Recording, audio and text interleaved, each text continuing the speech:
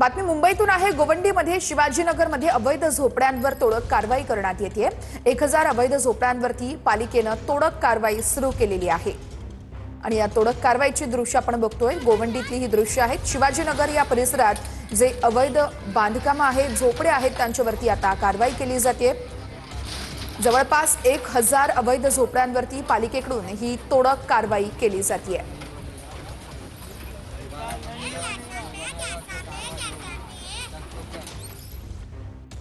बातमी आता सोलापुरातून आहे। माढ्यातील अंजन गावात पुतळा प्रकरणात कारवाईला गती मिळालेली आहे। तपासासाठी अंजन गावात फॉरेन्सिक व्हॅन दाखल झाली आहे। तपासाच्या दृष्टीने सर्व माहिती काढण्यासाठी फॉरेन्सिक व्हॅन दाखल झालेली आहे आणि हीच ती व्हॅन आता पुढील तपास करणार आहे।